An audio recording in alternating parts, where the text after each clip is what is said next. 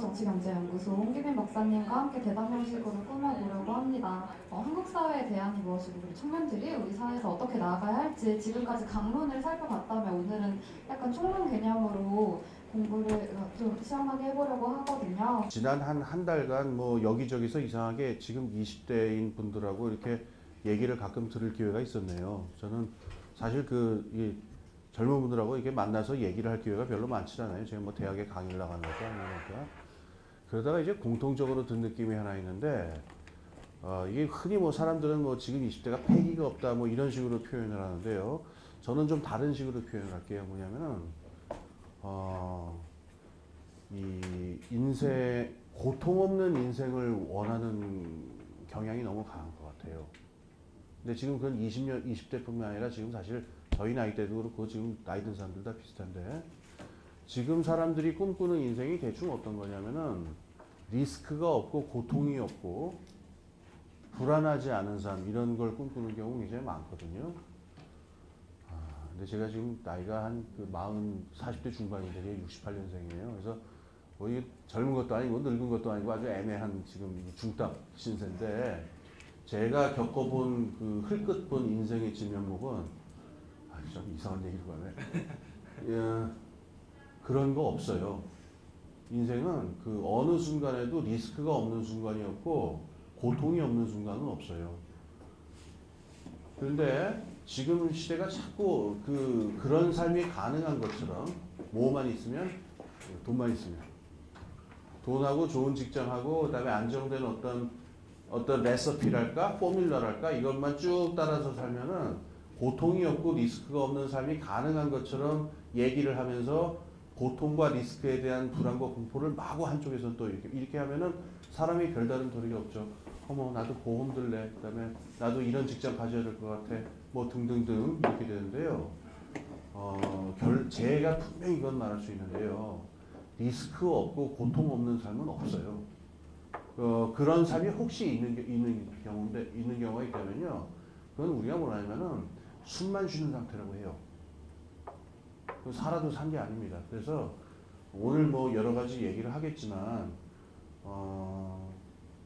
어떤 경우라도 우리가 우리 미래에 대해서 같이 토론을 할 적에 안정되고 리스크 없고 고통 없는 솔루션이 없나요? 라는 생각은 안 했으면 좋겠어요.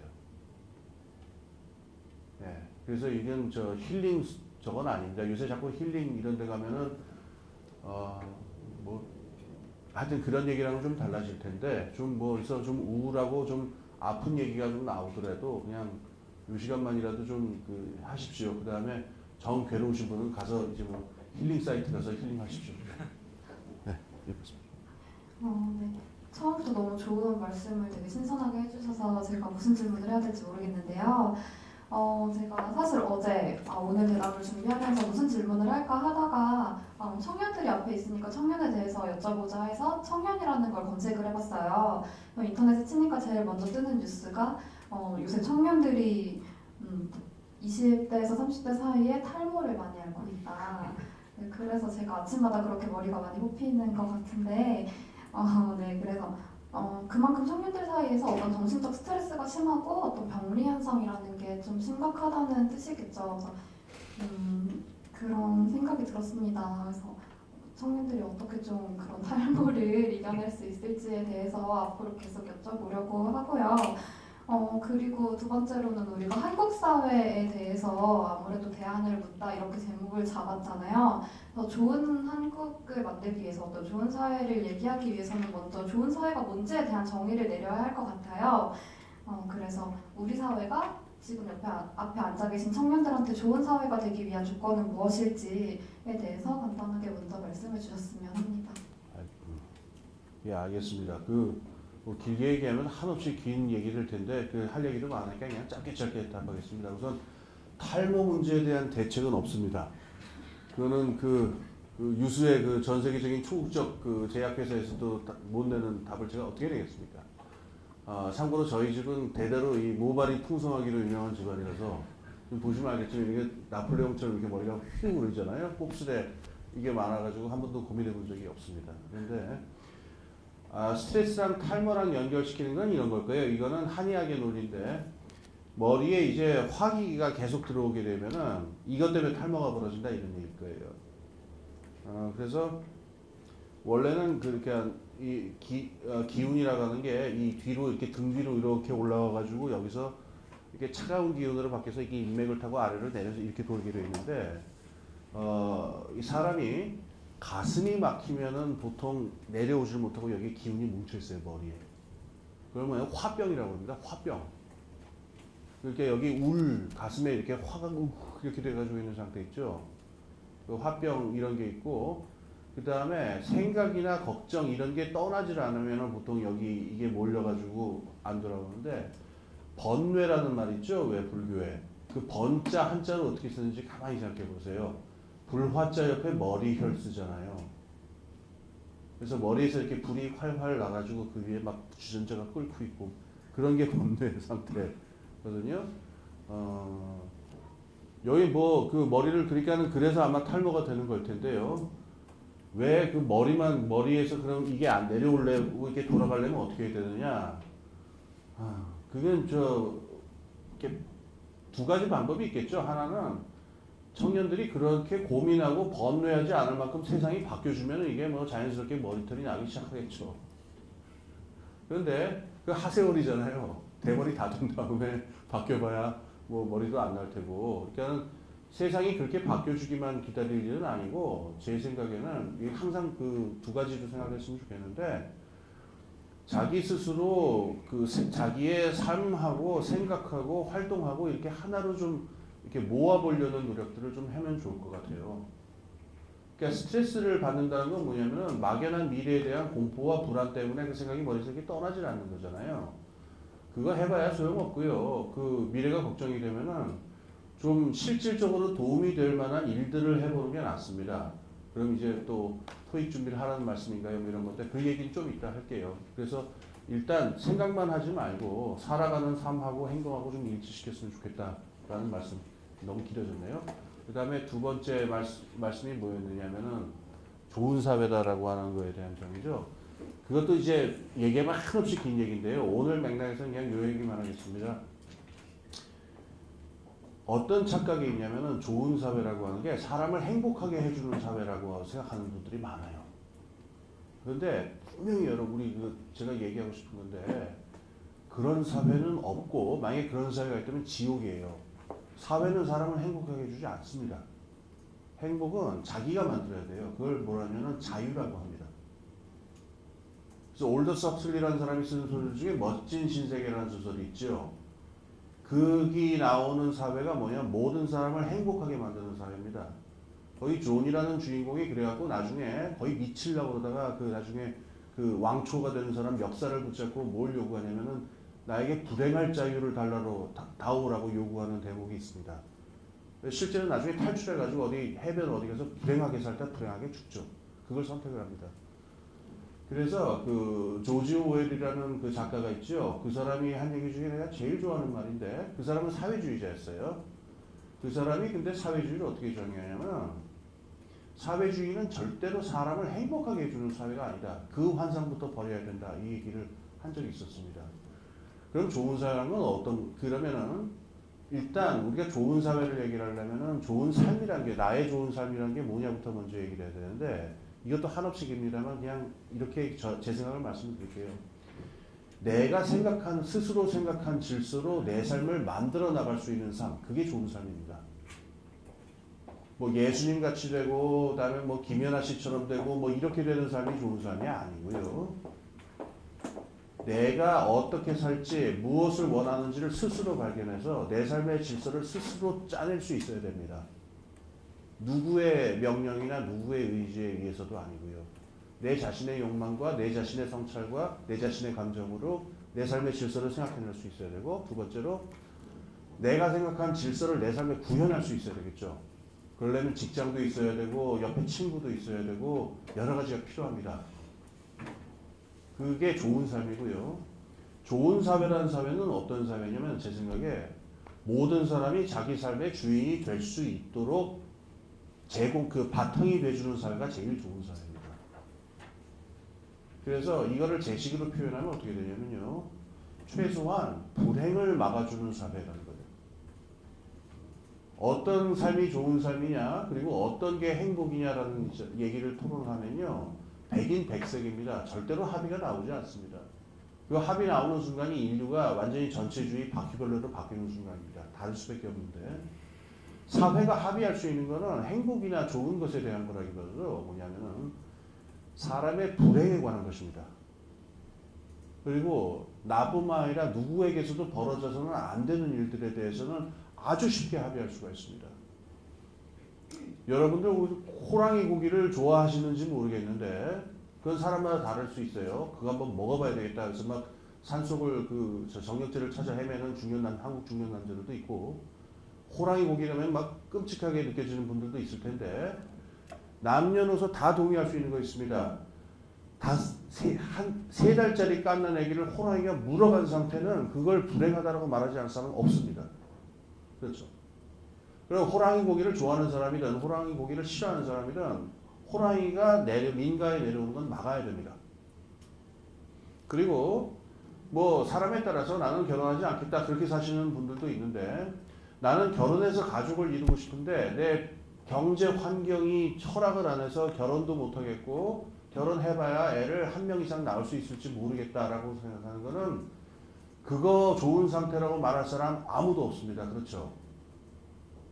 그래서 얘기가 길어졌습니다만은, 좋은 삶을 보장이라고 하는 거는 개인들의 자율에 맡겨둡시다. 그리고 개인들이 자기들의 좋은 삶을 살 수 있도록 받쳐주는 사회가 좋은 사회라고 저는 일단 생각을 하고요. 이렇게 하면 말은 막이 나니까 적극적으로 얘기하자면은, 우리가 쉽게 합의할 수 있는 불행이라는 것, 그걸 공동으로 같이 막아주는 사회가 저는 좋은 사회가 아닌가 합니다. 여러분이 지금까지 복지국가 이야기를 쭉 들으셨을지 모르겠는데요. 복지국가라고 하는 게 제 생각에는 우리가 모두 다 합의하는 불행에 대해서 그거를 싸우는 사회입니다. 뭐 여러분 잘 아시는 단어겠지만, 은별 씨는 안 보이겠지만 죄송합니다. 이런 말 있죠. 영어로 security라고 하는 단어가 있어요.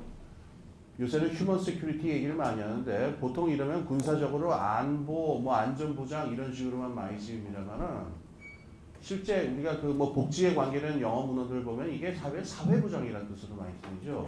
이 말이 무슨 뜻이냐면 그렇습니다. 이게 갑자기 보케블러리 시간이 돌아와서 죄송합니다만, 이게 라틴어로 큐라에서 온 말이에요. 영어로 care. 그러니까는 걱정, 근심이라는 뜻입니다. 그렇죠. 그 다음에 앞에 say라고 하는 거는 완전히 보케블러리 away라고 하는 뜻을 가진 접두사가 되겠습니다. 그래서 어근 큐라와 접두사 away가 붙으면은 모든 근심과 걱정으로부터 해방된 상태라고 얘기를 할 수가 있어요. 제가 지금 드린 좋은 사회에 대한 어떤 잠정적인 정의, 우리가 함께 동의할 수 있는 불행을 함께 도와서 함께 막아나가는 사회, 저는 일단 여기서 출발을 하더라도 좋을 거다. 뭐 그냥 이렇게 생각합니다. 예. 박사님께서 보시기에 한국 사회는 100점 만점에 그 기준으로 몇 점 정도 될까요? 그걸 뭘 물으십니까? 그걸 몰라서 물으십니까? 저는 제가 묻고 싶어요. 여러분들은 몇 점인 것 같아요? 요즘. 우선 이게 지금 성립이 안 되는 이유가 있는데요. 이거 점수를 매기려면 빵점인 상태는 뭐고 100점인 상태는 뭔지를 알아야 중간 어딘가 이게 매길 거 아닙니까? 근데 여러분, 나는 빵점인 상태는 비슷하게 경험해 본 적이 있어요. 한국에서. 100점인 상태를 경험해 보신 적 있어요? 그러니까 우리가 어디쯤 있는가를 말하기가 참 어렵네요. 뭐 이게 OECD 평균, 뭐 사회복지 지출 평균, 뭐 등등 이런 수치들은 있어요. 객관적인 그런 수치들이 있는데, 이거를 지금 말한 그 몇 점짜리 이거는 주관적인 평가인 거잖아요. 왜냐면 그 정부의 그 복지 지출 숫자라고 할 때 허수가 많아가지고 마을 복지관 건설 사업 이런 것도 다 복지비로 잡히잖아요. 그러니까 그 허수가 많아요. 그래서 100점에 근접한 상태 하나만 그냥 얘기하고 넘어갈게요. 그러면 이건 제가 2006년에 W라고 하는 그 MBC 프로그램에서 봤었던 일인데, 핀란드를 취재한 거였습니다. 왜냐면은 그 여러 가지 그 충격적인 얘기를 많은데, 핀란드 복지사회를, 그 당시 복지사회를 취재했는데, 그 아이가 태어나면은 300만 원을 주는데 매달 준다고 합니다. 그게 좀 너무하잖아요. 뭐 한 번 주고 마는 것도 아니고 300만 원. 그래서 기자가 이제 물어봤어요. 이게 좀 너무한 거 아니야. 태어난 게 무슨 벼슬이라고 매달 300만 원이냐 그랬더니 참 그 공무원이 한다는 얘기가 이건 아이의 인권이다 그래요. 무슨 해괴한 소리냐 그랬더니 아기는 부모를 선택할 수 없지 않느냐. 그렇죠. 듣고 보니 그렇습니다. 그러니까 그 운수 좋아가지고 저기 어디 이렇게 좀 화려한 집에서 태어난 친구들은 어렸을 때부터 은숟가락을 입에 물고 막 이렇게 은숟가락으로 이빨을 닦으면서 이렇게 자라날 거고, 그 다음에 운이 없어서 어디 저 험한 이상한 데 말구유에서 태어난 아이는 그 계속 그러고 살다가 나중에 십자가에 못 박히는 비참한 삶을 살다가 갈 겁니다. 그러니까 이때 아이가 도대체 어디에 떨어질 거냐는 아이의 책임도 아니니까 어디에 떨어지든 똑같은 뭔가를 보장해야 된다는 생각에서 우리가 이렇게 한다 뭐 이런 얘기를 한 겁니다. 이게 듣고 있으면 참 부럽기도 하고 좀 욕도 좀 나고 잘났다 막 이런 생각도 들고 그러는데 이게 100점인지는 저는 모르겠어요. 근데 존재하는 나라 중에 이런 나라도 있습니다. 이게 중간에 어디쯤이 될지는 여러분 한번 점수를 매겨보시죠. 아주 우문의 현답으로 대답을 해주셔서 되게 얼굴이 빨개질 것 같은데요. 저희 몇 달 전에 안녕들 하십니까? 라는 열풍이 불었던 거 혹시 기억을 하실 거예요. 아무래도 박사님이 말한 기준으로 봤을 때는 거의 빵점에 가까운 사회를 우리가 살아가고 있기 때문에 그런 열풍이 있지 않았나 하는 생각이 드는데 저희도 사실 이 강의 제목을 안녕하지 못한 청년들을 위하여라고 지으면서 숟가락을 살짝 먼저 놨었어요. 그랬는데 그렇게 대학생들이 서로 안부를 묻고 나설 만큼 뭐 안녕하냐 안녕하지 못하다 이럴 만큼 서로 안녕하게 되지 못한 이유가 무엇인지도 우선 좀 궁금했었는데 그런데 보면 지금 뭐 안녕하냐라고 묻는 대자보가 이젠 하나도 붙지 않고 있잖아요. 물론 뭐 트렌드라는 게 그런 거지만 그렇게 그러니까 어떻게 보면 사실상 아무런 성과도 없이 그렇게 사람들이 좀 감동하고 감명을 받았던 건데 아무런 성과도 없이 끝나버렸고 그랬던 거에서 혹시 지금 이 시대를 살아가는 청년들의 한계를 발견할 수도 있지 않을까 하는 생각이 들었어요. 저는 아닌 것 같아요. 저도 20살 때 기억이 나는데 그걸 매달 똑같이 안녕해서 뭐 한번 그렇게 안녕하면 물결 불었으면 됐지 또 안녕 또 뭐 이러면은 하루 종일 제가 그거 기억나네요. 그 영어 처음 배울 때 Hi, how you doing? 한 다음에 그 다음에 할 말 없어갖고 Fine, thank you, and you? 한 다음에 할 말 없어서 헤매던 기억이 나는데 그런 걸로 뭐라 그럴까 그렇게 생각하지는 않아요. 제가 생각하기에 지금 20대 여러분의 삶은 우리가 제 때가 겪은 20대 삶보다 훨씬 복잡해요. 참고로 제 때 그 20대 제가 20살 때 하루 시간표를 보면은 기상, 그 다음에 학교에 감, 서클룸에 들어감, 점심을 먹음, 서클룸에 들어감, 그 다음에 강의를 때려친, 그 다음에 서클룸에 들어감, 그 다음에 저녁을 먹음, 술집으로 감, 그 다음에 3시 귀가 뭐 이런 루틴으로 그냥 이렇게 살았어요 사실은. 근데 여러분들 지금 생활표를 보면 아마 제가 그 초등학교 3학년 때 그 꿈에 그리던 시간표 그러니까 30분 단위로 해서 몇 분부터 몇 분까지는 이빨을 닦고 몇 분부터 몇 분까지는 뭐 산수 공부 뭐 이런 거의 이렇게 살고 있는 것 같아요. 이렇게 살고 있는 분들의 일상에 되고 어떤 흐름이 만약에 이런 상황에서 만약에 강력하게 나타나게 되니까 저는 그건 좀 상황이 좀 다른 것 같고요. 그래서 혹시 그렇게 얘기하는 사람이 있으면은 본인은 어떻게 살고 있습니까? 뭐 이런 게 한번 물어보면 좋을 것 같고. 안녕이란 말에 대해서는 전 덧붙이고 싶은 말이 있는데 이 복지라는 말이 이상하게 별로 어감이 별로죠. 우리말. 자꾸 뭐 복지 아파트 뭐 이런 우중충한 그런 것만 자꾸 떠오르고 뭐 복지 정당 이름을 복지당이라고 하자는 말도 있었는데 복지당을 찍고 싶어요. 지금 복지 아파트만 자꾸 생각나고 그러잖아요. 그래서 무슨 말로 좀 바꿨으면 좋겠냐면 저는 안녕이라는 말이 사실 참 좋은데 이게 웰페어잖아요 영어로. 웰페어라는 말이 그러니까는 그 어원적으로 여러 가지 한번 생각해보세요. 그러니까 farewell 하는 거거든요. farewell 헤어질 때 farewell 할 때 안녕. 그러니까 존재의 여러 가지 조건이 만족스럽고 평안한 상태가 웰빙이고 웰페어고 이런 건데 그래서 여러 젊은이들이 안녕하십니까라고 물어봤을 때는 물질적인 것에 대한 물음도 있었지만은 나의 그 정서적 감수성과 나의 그 사회 정의에 대한 양심에 대해서 지독하게 그 영어로 디스터빙한 일들이 막 벌어지고 있는데 막 사람 부글부글하게 하는 일들이 벌어지고 있는데 너 잠은 잘 잤냐 뭐 이런 어감이었던 것 같아요. 그러니까 복지도 우리가 이렇게 단순하게 옛날처럼 그 20세기 식으로다가 그 푸드 스탬프 막 굶고 있는 사람들한테 식량 수급권인가요? 뭐야? 푸드 스탬프 막 나눠주는 그런 것만 생각할 게 아니고 정신적, 정서적으로 정말 우리가 안녕하게 살 수 있느냐라고 하는 그거를 목표로 한 게 21세기 복지가 아닐까 하는 생각이 들어서요. 이 안녕이란 말이 저는 참 의미심장했어요. 저희 복지국가 청년 네트워크도 안녕한 청년들의 네트워크가 될 수 있도록 노력을 다 해야 될 것 같은데요.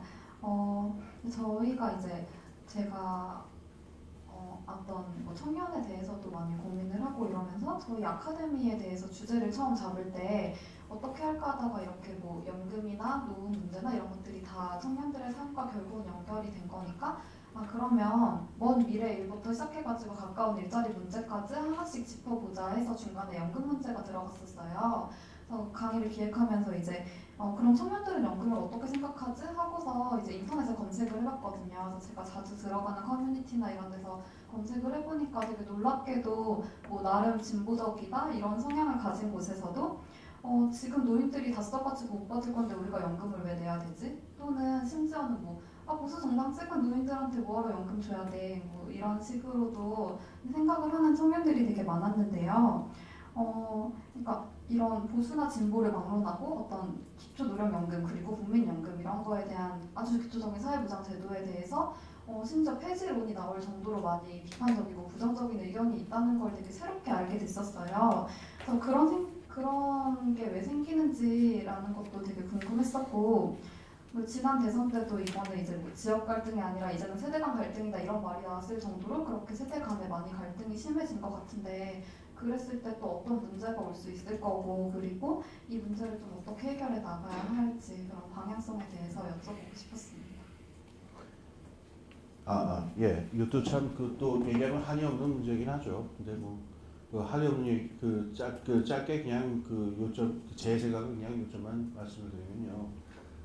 우리 주변에 이런 분들이 있어요. 그러니까는 복지를 많이 내고 많이 받는 거니까 세금 많이 내서 내가 많이 받는 거 일종의 그러니까 공동 구매고 무슨 그러니까 어떤 공동의 보험 시스템 같은 걸로 이해하시는 분들이 많이 있거든요.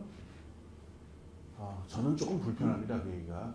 그러니까 거기도 그렇게 얘기하시는 부분에도 굉장히 합리적이고 이게 진취적인 그런 면이 있는데 지독한 맹점이 하나가 있어요. 뭐냐면은 단위가 개인이라는 겁니다.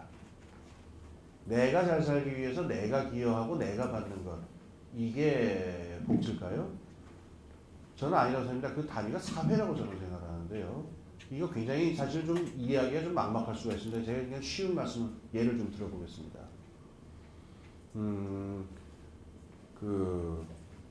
불어 속담 중에 들루즈 아프레모아라고 하는 말이 있어요. 갑자기 잘 하지도 못하는 불어라서 죄송한데 내 죽은 다음에 대홍수가 나든 말든 알게 뭐냐 뭐 이런 말이 있습니다. 그걸 이제 우리말로 옮기면 뭐냐면 먹고 죽자가 되겠죠. 네.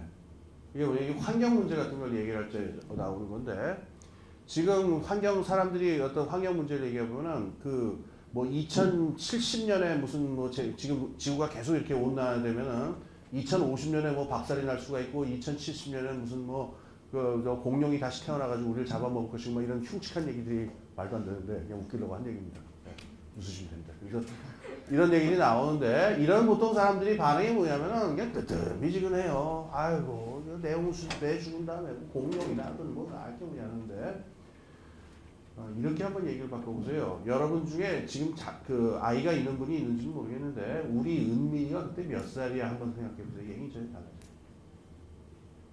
근데 이게 애지중지 기른데 은민이의 인생이겠지 결국 공룡의 밥이었어. 어렸을 때 맨날 티라노사우루스 갖고 놀더니 결국은 그런 끝이었어. 뭐 이렇게 되는 거잖아요. 끔찍하죠. 그러니까 아까 말한 환경 문제에 있어가지고 사람들이 이 뜨뜻미지근한 이유가 뭐냐면요. 이걸 개인 문제로 생각을 했어요. 그래요. 이렇게 했을 때 나한테 무슨 위험이 오느냐? 그럼 뭐가 빠져 있냐면 우리 아랫세대에 대한 책임감이 없는 거죠. 그래서 그걸 일깨워 주려면 어떻게 되냐면은 아랫세대에 대한 책임감은 또 무슨 공자님 같은 소리냐 이럴지 모르겠는데 당신 저기 자제분이 지금 몇 살이십니까? 이렇게 물어보고 그 향년 57세 공용법으로 끝을 내셨습니다. 뭐 이렇게 얘기를 하면 그때는 알아듣겠죠. 그죠? 근데 사실 그것도 답은 아닙니다. 왜냐면 이거를 굳이 설명하려고 좀 개인의 이익으로 바꿔서 제가 굳이 억지로 설명한 거지.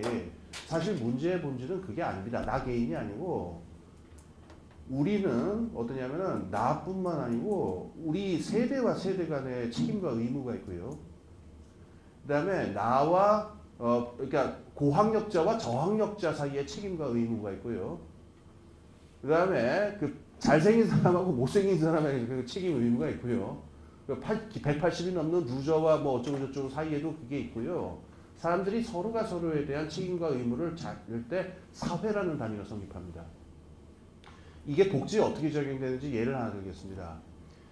미국에서 연금이 처음 시작이 된 게 언제냐면 노동자들에게 연금을 지급하기로 한 게 언제냐면 33년이에요. 그 루즈벨트 대통령이 돼가지고 이제 그때부터 플랜을 짭니다. 그래서 그때부터 노동자들도 다 가입할 수 있는 연금 시스템을 만들고 돈이 막 쌓이기 시작하는 거예요.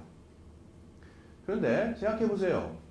돈은 쌓여가는데 이 돈을 이 돈이 지출되기 시작하면 하세월이죠. 그죠? 왜냐면 그때 돈을 내기 시작한 노동자가 제일 나이 많은 노동자가 45이라고 합시다. 그럼 이 노동자가 연금을 태우면 앞으로 15년은 있어야 되잖아요.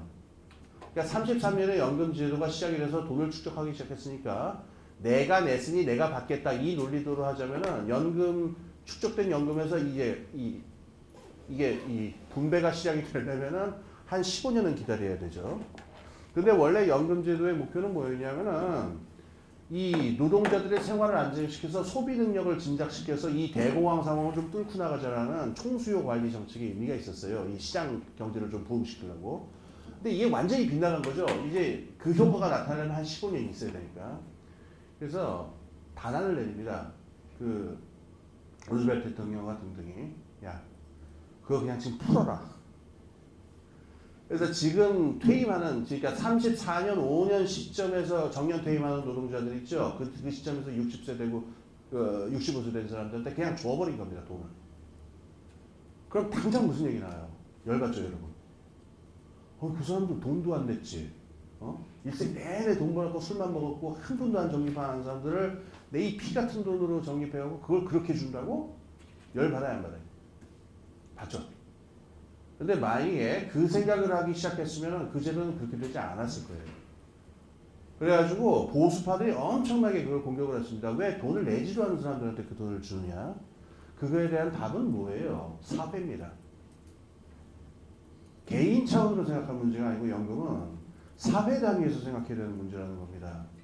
나중에 그걸 이론화한 사람이 있어요. 폴 사뮤엘슨이라고 하는 한때 세계에서 제일 유명한 경제학자였는데 그 사람이 64년에 쓴 논문에 보게 되면 제목이 굉장히 아주 딱딱하고 지루한 논문인데 이 사람이 그 논문을 통해서 증명한 건 뭐냐면요.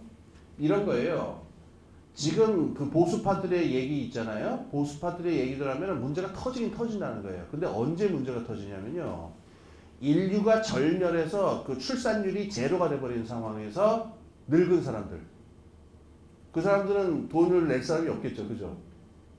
그러니까 막차 탄 사람들.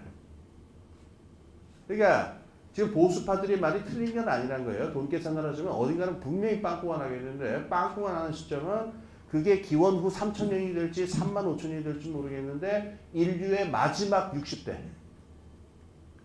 그 사람들이 피를 보게 돼 있다는 거예요. 그 다음에 사뮤엘슨이 질문합니다. 이 시점을 가정하는 것이 합리적이냐라고 물어보는 겁니다. 이거는 언젠가 인류 사회가 분명히 끝이 날 것이다 라고 하는 전제하에서의 돈 계산인데 여러분 그거 받아들일 수 있습니까?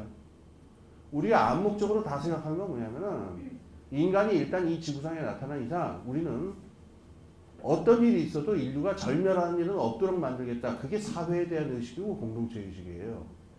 이 관점에서 보자면은 그 보수파들의 돈 계산은 틀린 것이다. 손해보는 사람은 없다라고 하는 게 그 논문이 암시하는 겁니다.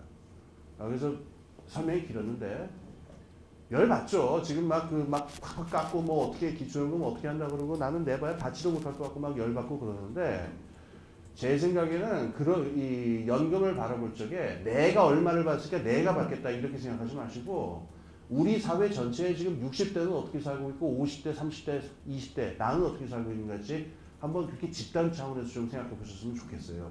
물론 이 문제는 구체적으로 들어가면 이렇게 그 굉장히 복잡한 쟁점들이 있고 좀 심각한 문제들이 있기 때문에 이걸로 문제를 싸바르자는 건 아닙니다.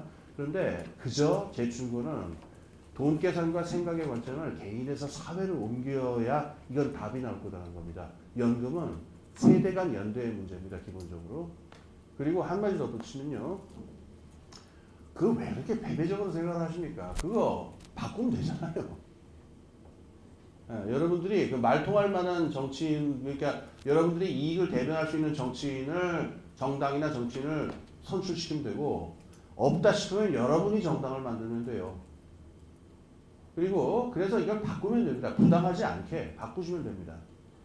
여러분 연금 받으려 아프면 그러면 시간이 얼마나 되냐? 한 60년은 한 40년은 남지 않았어요, 여러분? 연금 받으려면? 그 시간이 짧습니까? 그 안에 하시면 되지. 뭐 벌써부터 그거를 그렇게 수동적으로 생각하십니까? 이상입니다. 네.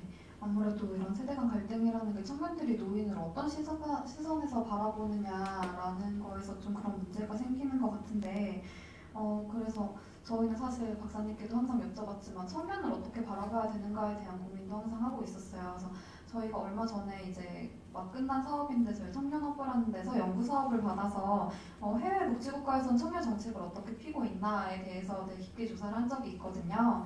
근데 저희가 느낀 거는 그 나라들에서 청년이라는 세대를 각각 어떻게 바라보고 있느냐에 따라서 그런 정책에 이게 직접적으로 투영이 되는 것 같더라고요. 그러니까 예를 들어서 뭐 청년은 뭐 노인이랑 유아처럼 돈을 벌지 못하는 세대니까 돈을 줘야 된다라던가 아니면 학생일 때는 공부하면서 돈을 못 버니까 등록금을 나중에 내게 해준다라던가 그런 정책들이 청년을 좀 어떤 시선에서 바라보느냐라는 데에서 영향을 많이 받아서 설계가 되는 것 같은데요. 그래서 저희가 이런 청년이라는 걸 범주로 놓고서 복지 공부를 할 때 항상 고민인 게 그럼 청년이 대체 누구냐라는 거예요. 뭐 20대냐 아니면 30대까지냐 대학생도 청년이냐 뭐 그러니까 대체 누가 청년이고 그걸 어떻게 바라보아야 하는지에 대해서 박사님께서 항상 해주시던 말씀을 또 해주시면 좋을 것 같고 네. 네, 어떻게 청년을 어떤 관점에서 바라보아야 할지 사실 그 제 생각도 조변석계 하고 있기 때문에 그때 드렸던 말씀을 똑같이 제가 할지는 잘 모르겠어요. 그냥 얘기해 보겠습니다. 그 청년이란 말은 애매하죠, 뭐. 그러니까는 뭐 기준이 옛날에는 뭐가 있었냐면요. 지금 없어진 그 관혼상제 중에 없어진 게 있죠. 혼이랑 상이랑 제는 남았는데 관이라는 건 뭔지 아세요? 성인직입니다, 성인직. 유교에서 몇 살인지는 좀 모르겠는데 남자가 몇 살이 되면은 그때 이제 상투를 틀고 이제 이걸 쓰기 시작하는 그때가 되는데 이게 성인직입니다. 전통사회는 다 성인직이 있어요. 그러니까는 청년은 그러니까 성인식 되기 전까지겠죠. 그죠? 어른 되기 전까지. 근데 오늘날은 성인식이 없어졌으니까 그럼 애매해요. 그 민증 나오면은 그러면은 저거냐 성인인 거냐 그거 아니죠. 예. 그럼 선거하면 성인인 거냐 그때 애매하고. 그럼 결혼하기 전까지가 청년이냐? 그럼 또 누구는 아니야 애를 낳기 전까지 청년이다 그러고 그리고 또 애를 낳아도 또 애를 뭐 학교에 보낼 때까지는 청년이다 이러고 그러다 보면 애가 나를 부양할 때까지는 청년이다 뭐 이런 그다음 바로 노년 유인으로 넘어가는 뭐 그런 게 있는데요. 제가 그러니까 어디까지가 청년이냐 그 좀 정의하기는 좀 애매합니다. 근데 저는 이렇게 생각해요. 제 잠정적인 정의인데. 그 영어 단어 써서 죄송합니다. 세틀이라는 단어가 있죠. 영어 단어에. 그러니까 안정한다. 그러니까는 딱 그 자리에 앉아가지고 이제 자기 울타리를 만들고 삶을 시작하는 그 단계가 있습니다. 그 단계에 들어가지 못한 사람들은 다 청년입니다. 지금. 좋은 뜻으로 쓴 말이 아닙니다. 보통 사람들 청년 그러면 아름답고 신나고 뭐 이런 얘기를 하는데 쟤는 그런 건 아니고 아무것도 인생의 계획에 지금 정확하게 수립이 안 된 상태에 있는 사람들 있죠. 그래서 결혼을 할지 말지, 내가 지금 다니는 직장을 몇 년이나 더 할지, 내가 정말 하고 싶은 일이 뭔지, 그 다음에 60살이 돼 있을 때 나는 어디서 뭘 하며 살고 있을지에 대해서 그냥 뿌옇게 보이는 분들은 전혀 좋은 의미는 아니고 참 안타까운 의미에서 청년이에요, 제 생각에는. 그런 것 같습니다. 그런데 이제 물리적인 나이는 자꾸 들어가고 그 상황은 변하지 않으면 정말 이 겨울을 맞은 그 배짱이 같은 모습이 되거든요. 참 추해지고 힘들고 그러는데 저도 몇 년 전까지 그런 모습이었습니다. 지금 조금 나아집니다. 그래서 좋은 의미로 청년, 언제까지가 청년이다 아니에요. 저는 그렇게 좀 안타까운 의미로 청년을 그렇게 얘기하고 싶고, 이 사람들을 그럼 우리가 어떻게 볼 것이냐의 문제가 있는데요. 이게 재미있는 게 있습니다. 이 청년이라는 범주의 특징은요. 여러분, 우리가 길거리에 나가서 당신은 노동자입니까? 라고 물어보면 기라고 얘기하는 사람도 있고 아니라고 얘기하는 사람도 있어요. 그리고 당신은 뭡니까? 이렇게 물어보면 기가 다 아니다 다 나눠주는데, 청년이 아닌 사람이 있습니까? 청년이었거나 청년 일사라는 것까지 포함하면요, 청년이라고 하는 길을 통과하지 않는 사람은 제가 보기에는 애기 귀신밖에 없습니다. 처녀 귀신밖에 없어요. 그러니까 청년이 되기 전에 일찍 돌아간 분들 말고는 누구나 청년적이 있습니다. 청년을 어떻게 바라볼 것이냐? 제 생각에는 제일 좋은 답은 자기 인생을 바라보듯 봐야 됩니다. 내가 저 나이 때 뭘 했었는가, 그리고 저 나이 때 어떤 일이 있어서 내가 지금 어떤 모습이 됐는가, 개인적으로는 그렇게 생각을 해야 될 것이고, 사회 전체적으로 봤을 적에 저 나이 때에 있는 사람들이 어떤 일을 해줘야 되고 어떻게 되어줘야 아까 말한 의미에서 50년, 100년 동안 우리 세상 전체가 어떻게 더 좋은 세상이 될 것이냐, 이렇게 보는 게 저는 맞는 것 같습니다. 근데 지금 우리나라에서 이게 참 누가 의도한 건지는 모르겠는데, 노동시장에 가면은 청년들은 실제로는 어떤 취급을 받냐면은 싼 값에 부려먹고 잘라버리기 좋은 존재로 그냥 여겨지죠.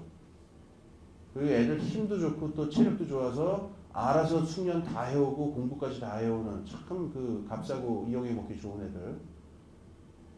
거기다 이제 또 흉측하게 또 거기 뭐 등등의 여러 가지 적이 있는데, 이 의식을 제가 지금 말한 의식으로 여러분이 있어야, 여러분이 잘 돼야 우리 노년도 편해지고, 여러분이 지금 꿈과 희망을 가지고 왕성하게 삶을 펼치고 왕성하게 자기 역량을 개발해야 우리가 늙었을 때 연금도 여러분들이 일한 덕에 그걸로 GDP 늘어나서 연금도 좀 풍족하게 받을 수 있고, 그래서 여러분의 이익과 나의 이익이라고 하는 것이 전혀 서로 다른 것이 아니고 우리 하나다라고 하는 걸로 올라갈 수 있으려면은, 그래서 백화점 주차장에 청년들이 제발 좀 사라질 수 있다면, 그게 어떻게 올지 그걸 좀 같이 고민해 봐야겠죠. 어떻게 생각을 바꿀지. 네. 세대 문제에 대한 되게 시원한 답이었던 것 같습니다. 사실 그래서 저희가 복지국가 청년 네트워크라는 복지국가 운동을 열심히 하고 있는 거겠죠. 네. 그런데 사실 이렇게 저희가 그런 얘기를 막 들먹이면서 좀 청년 복지 좀 늘려달라, 대학생들한테 등록금 좀 낮춰달라 이런 얘기를 하면은 어른들이 딱 두 가지 얘기를 하십니다. 혹시 박사님 뭐 예상하는 거 있나요? 뭐 짚히는 바는 있는데 한번 들어봐야겠습니다. 예. 네, 한 가지는 눈을 낮춰라고, 한 가지는 네가 열심히 해라, 이런 자기 책임의 원칙에 입각한 그런 말씀들을 하십니다. 그래서 뭐 후자 같은 경우에는 청년들이 개인이 열심히 해가지고 열심히 공부해서 좋은 대학 가고 좋은 직장 가면은 뭐가 문제냐, 다 니네가 노력하지 않아서 생긴 문제 아니냐라고 하시는데, 저는 되게 억울한 게, 제가 이렇게 복지국가 운동을 하기 전까지는 되게 학교에서 맨날 밤새가지고 과제를 하던 아이였어요. 그랬는데 이제 저만 그런 게 아니라 제 친구들도 다 같이 학교에 남아가지고 엄마 얼굴을 까먹을 때까지 과제를 했었는데, 그 친구들이 지금 다 졸업 학년이 됐는데 전부 다 대기업에 입사한 건 아니더라고요. 그렇게 치면은 진짜로 노력에 비례해가지고 성취한다는 게 진짜로 이 사회에서 과연 통하는 말인 건지, 저는 제가 봤을 때는 제 친구들, 청년들은 충분히 열심히 살고 있는 것 같거든요. 그래서 그리고 또 반대로 전자 같은 경우에는 니네가 눈을 좀 낮춰라인데, 저번 시간에 오셨던 분들은 아마 아시겠지만 저번 주에 이제 저희가 일자리 강의를 했었거든요. 근데 그 조성주 노동 전문가님이 오셔서 예전에 고용노동부에서 청년들이 대체 얼마나 눈이 높은 건지 조사하기 위해서 니네 초봉 얼마 받고 싶어? 라고 조사를 했었대요. 근데 평균이 130만 원이었다고 합니다. 그래서 너무 낮으니까 고용노동부가 창피해서 그 결과를 발표하지 못했다고 하는데, 이게 진짜로 과연 청년들이 눈이 높아서 생기는 문제인지 아니면 아까처럼 노력을 하지 않아서 생기는 문제인지 그런 지금의 어떤 청년 문제라고 부르는 그런 일련의 시련들이 정말 이런 원인이 정말 개인에게 있는 걸까요? 당연히 그게 그러니까 이게 개인의 개인이야 문제는 굉장히 큰 문제예요. 그래서 제가 거기 바로 얘기하지 말고 앞에 그 얘기부터 차근차근 얘기를 할게요. 내가 누구라고 말은 안 하겠는데 그런 사람이 있었죠. 대통령 중에 지금 지나간 대통령인데 청년들이 눈이 높아서 문제다. 눈만 높아서 왜 취직이 안 되냐. 뭐 한참 그런 얘기를 하는 상태에서 그래서 내가 해봐서 아는데 뭐 붕어빵도 있고 뭐 안 해보신 게 없더라고요. 얘기 들어보면. 근데 언제 그걸 다 아셨는지 모르겠는데 하여튼 그런 얘기 있었습니다. 이제 그분이 청년을 겪은 게 아마 60년대일 거예요. 그때를 배경으로 해서 제가 한 가지 재밌는 책을 하나 알려드릴게요. 제가 지금 제목을 까먹어서 죄송한데 69년경에 그 청계천에 있었던 난민촌은 아니죠. 청계천 빈민촌의 생활을 어떤 인류학자가 거기에서 생활하면서 꼬박꼬박 일기로 기록한 책이 있어요. 제가 지금 이 제목과 저자를 까먹어서 너무 아쉬운데 그분 책을 읽으면은 그때 여러분은 청계천이 복개된 건 아시죠? 옛날에 원래 고가도로였다는 건 여러분 기억하시죠? 옛날에는 그 전에 개천이었어요. 지금 저 개천, 인공하천 저 개천이 아니고 진짜 완전히 똥물이 흘러가던 유명한 개천이 있었는데 거기 이렇게 다닥다닥 붙어서 살고 있던 시골에서 막 그냥 상경해가지고 한창 도시화돼가지고 다닥다닥 붙어 살던 사람들입니다. 정말 가난합니다. 읽어보면은 뭐 맨날 싸우고 돈 없어서 싸우고 굉장히 하는데 아주 흥미로운 사실이 하나 있어요. 뭐냐면 모두 다 낙관적입니다. 앞으로 잘 될 거야. 그러니까 이게 60년대 분위기였어요. 지금 60년대 당시에 굶주리지 않았던 사람 별로 없어요. 다 힘들었어요. 힘들고 뭐 등등등등 다 그랬는데 그때가 경제의 팽창기입니다. 우리나라 경제 어마어마한 팽창기예요. 그래서 경제 성장률이 가령 여러분 예를 기계적으로 생각해 보세요. 경제 성장률이 한 10%가 되면은요. 어떻게 되냐면은 1년에 10명 중에서 그러니까 10명이 있었던 공장에 한 명씩 더 늘어나는 거예요. 11명이 되는 거예요. 다음에 일자리가 그런 속도로 불어났다. 모든 공장에서. 그게 무슨 걱정이 있었겠어요. 열심히 일하고 주변을 막 그냥 하기만 하면은 물론 그렇다고 다 성공한 건 아니에요. 하여튼 상황이 그렇게 막 팽창하는 상황이니까 당장 배고프더라도 뭐가 있었냐면은 미래라는 게 있었습니다. 저도 20살 때를 기억해보면 어떠냐면요. 20살 때는 어떠냐면은 명품 옷 안 둘러도 이뻐요. 그리고 화장 안 해도 피부 좋고요. 그다음에 사흘쯤 밤새고 술 먹어도 쌩쌩합니다. 자꾸 뭐 과거 얘기가 나오는데. 그러니까 무슨 고생을 한다고 해서 고생 자체 때문에 고통스럽은 나이는 아니에요. 단 뭐만 있다면 미래만 있다면. 20살 때는 이게 이제 제 나이쯤 되면 벌써 이제 인생이 내리막으로 들어가고 이제 몇 년이나 남았냐 그래가지고 이제 계산도 하고 막 이렇게 하는데 20살 때는 그 생각 안 들죠. 미래라고 하는 내 인생이라는 게 거대한 하나의 스크린이죠. 그냥 텅 비어있는 스크린으로 보고 있으니까 그것만 보고 있으면 배가 고파도 상관없고 그냥 새우깡에 깡소주 하나라도 뭐 별 불만 없어요. 60년대하고 비교해서 지금 사라진 게 뭐냐면요. 지금 소득이 문제가 아니고 칼로리가 문제가 아닙니다. 그게 안 보인다는 거예요. 그래서 만약에 내가 정말 아까 130만 원이요? 80만 원이라고 합시다. 내가 80만 원짜리 직장이라도 좋다. 여기서 내가 3, 4년만 굴르면은 그 다음에 어떤 기회가 올 수 있고 어떤 기회가 올 수 있어가지고 그 다음에 지금 한 2평짜리 쪽방이라도 좋다. 내가 여기서 한 3년만 고생하면 그 다음에 어디로 옮길 수 있고 어디로 옮길 수 있고라고 하는 이게 보인다면 제가 보기엔 참아요. 아마 여러분도 그럴 거예요.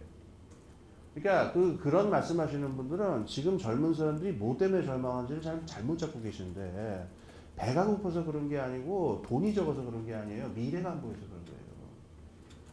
근데 그 상황에서 그 젊은이들을 거기다 밀어놓고 야 미래는 니네가 만드는 거야 라고 하면은 그게 뭐 정글에 밀어놓고서 그 절벽에서 떨어뜨려 놓고서 알아서 기어 올라가는 얘기랑 뭐가 달라요. 그러면 청년들은 뭐 만났냐면 그래 나보고 새끼사자가 되란 얘기구나. 그래 독을 한번 먹어보자. 그래서 실제로 독품은 독사가 됩니다. 사자가 되는 게 아니고. 아 그래요. 그래서 그런 얘기하는 분들 있으면 거꾸로 이게 좀 타일러 주십시오. 60년대하고 지금은 상황이 다르다. 미래가 보이지 않다는 거. 그게 하나가 있고 그 다음에 아까 말한 대로 열심히 지금 같은 얘기가 되게 연결된 얘기가 되겠습니다만 우리가 지금 복지국가에 대해서 생각을 해야 되는 이유가 있습니다. 여러분 자기 힘으로 말이에요. 내 아이의 교육비야 내 노후 생활 자금까지 25살에서 40 직장에서 잘리기 십상인 50세까지 그 한 25년의 기간 동안 이 3대가 먹고 살 돈을 마련할 자신이 있어요, 여러분? 이게 20대인 분들 아직 그런 희망을 갖고 있는 분들 많은 것 같은데 제가 보기엔 그 10%도 안 됩니다. 진짜입니다, 이거. 그러니까 끝이 뻔히 보이는 게임이고 이게 어떠냐면 아무리 우리가 열심히 하고 여러분이 스펙을 아무리 길게 한다 하더라도요. 지금 말한 것처럼 한 25년 동안 3대가 먹을 걸 마련할 수 있는 그런 사람의 숫자는 정해져 있어요. 그게 의자 게임인 겁니다. 100명을 몰아놓고 5개의 의자를 두고서 의자에 앉아라 해놓고서 그러면요 95명은 서 있을 수밖에 없어요. 누워있든가. 근데 와가지고 95명에게 그건 너희 책임이야 라고 물어보면 그게 말이 됩니까? 그럼 여기서 할 수 있는 건 뭐냐면요 의자의 숫자를 늘리든가 그 다음에 서 있다고 가혹하게 처벌하는 룰을 없애든가 아니면 둘 다 하든가 그게 맞겠죠. 그래서 그 얘기 드리고 싶습니다. 그리고 이게 개인 탓이냐 구조 탓이냐 이 얘기는 좀 나중에 하겠습니다. 예. 그 의자를 늘리기 위해서는 어떻게 해야 될까요? 그러니까 지금 얘기가 이게 좀 비유를 들다가 보니까 그 의자라는 게 좀 모호하고 많은 뜻을 가지게 됐는데요. 제 생각에는 여러분이 이 끝이 뻔히 보이는 게임이다라는 생각이 들면요. 이 게임의 룰을 바꿔야 됩니다. 그러니까 알아서 경쟁해가지고 15, 그러니까 그 새끼사자의 저거를 한번 봅시다. 제가 보기에는요. 여러분들 고등학교 때 한번 기억해보세요. 내 인생 한번 그 의자를 가서 한번 앉아보겠다라고 거기에 의욕을 갖는 사람 학생들도 있지만 애시당초에 저건 난 틀렸다라고 포기하는 애들은 15살 때부터 나오기 시작해요. 그렇죠? 그리고 나이가 들면서 20살이 되고 22살이 되면 거기서 떨어져 나오는 사람들 계속 늘어납니다. 그렇죠? 그러면은 이렇게 15살 때부터 우리가 하는 게임인데 한 30살, 35살쯤 되면은 이 게임이 의자가 몇 개였구나라고 하는 의자 개수가 보이기 시작해요. 근데 그때가 되면 이미 늦어요. 제가 보기에는 제 나이 또래 지금 40 넘은 분들이 슬슬 그걸 알기 시작해요. 결국 인생이라는 게 이런 거였구나. 하늘에 달도 딸 수 있는 것 같은데 결국은 그냥 이렇게 가는 거구나라고 40 넘은 여기 혹시 있으면 아시겠지만 근데 20살쯤 됐을 적에 그걸 미리 아는 게 현명합니다. 그래서 이런 게임은 아니다. 이게 이런 의자 수가 정해져 있는 게임 하지 말고 자원을 어떻게 배분할지 그리고 모든 사람들이 아까 말한 대로 자기 인생을 자기 뜻대로 무슨 왕우장상이 되겠다거나 고대광시에서 살겠다는 건 아닙니다. 내가 소박하게 열심히 일하고 땀 흘려서 내 인생을 내 스스로 만들어 나갈 수 있는 그런 기회를 누구나 제공받아야 되지 않겠습니까? 그렇게 하려면은 게임의 룰을 바꾸는 게 저는 필요하다고 생각해요. 저는 복지국가라고 하는 게 그런 거라고 생각합니다. 복지국가가 지금 한국 사회에서 청년들의 이런 아픈 문제를 해결할 수 있는 대안이다라는 건가요? 청년들 뿐이겠습니까? 그러니까는 이렇게 생각하지 않았으면 좋겠는데요. 몇 개의 복지 정책을 크게 해가지고 이것도 주고 저것도 주고 그런 것만 가지고 복지라고 생각하지 않았으면 좋겠어요. 그러니까 아까 말한 그 좋은 사회라고 제가 막 얘기 드렸던 바 있잖아요. 그래서 이 비단 어떤 복지 정책에 국한되는 게 아니고요. 복지 정책이 지속 가능하게 이루어지려면 노동 시장에 대한 구조 개혁도 이루어져야 되고 교육 시스템도 바뀌어야 되고 그 다음에 사람이 늙었을 적에 의료 시스템 있죠. 의료 보험 말고 60, 70이 됐을 적에 어떤 식의 그 사회 돌봄을 받아야 되며 안락사를 허용할 것이냐 말 것이냐 한없이 이거 꽂아놓고 한없이 있을 것이냐 아니면 호스피스 같은 방식을 도입할 것이냐 굉장히 포괄적입니다. 그래서 제가 아까 안녕이라는 말씀을 드린 건데요. 사람이 안녕하게 일생을 보낼 수 있는 게 뭐냐라고 하는 걸 포괄적으로 그걸 보는 게 복지국가라고 한다면요. 이거는 제 생각에는 무슨 대단한 이상도 아닙니다. 이건 안 할 수 없는 일입니다. 그리고 청년 여러분들도 여기서 우리의 집단적인 미래와 그 어떤 고민을 같이 풀어갈 수밖에 없다고 생각합니다.